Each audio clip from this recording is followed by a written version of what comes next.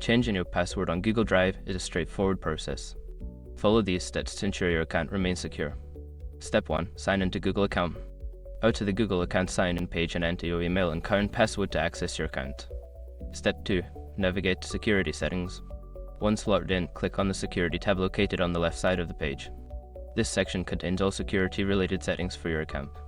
Step 3. Find password option. Scroll down to the signing into Google section.